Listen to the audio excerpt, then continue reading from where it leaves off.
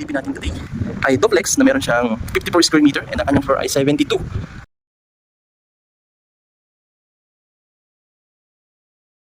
So excited na akong pasukin tong loob natin. Ayan. So ito yung ating sample ng ating model house. So ito yung ating isang CR sa baba. Ganda. So as you can see, ito na po mismo yung ating turnover. Andito yung ating laundry. So pwede rin ilagay natin dito ay kitchen. Ayan. Hindi siya mainit kasi open po yung taas.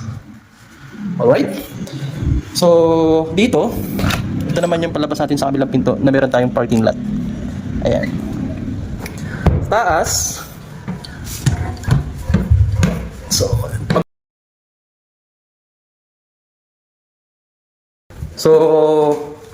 dito tayo sa kabilang part. Ayan, isa pang bedroom, isa pang CR po natin dito. Ayan, napakalaki. Ito yung ating isang bedroom. Alright. Kabila.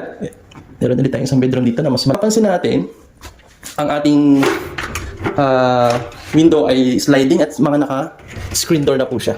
Ayan. So punta tayo sa master bedroom. Yan, mas malaki po siya. Grabe, no? So dito sa master bedroom, meron siyang balcony. Alright.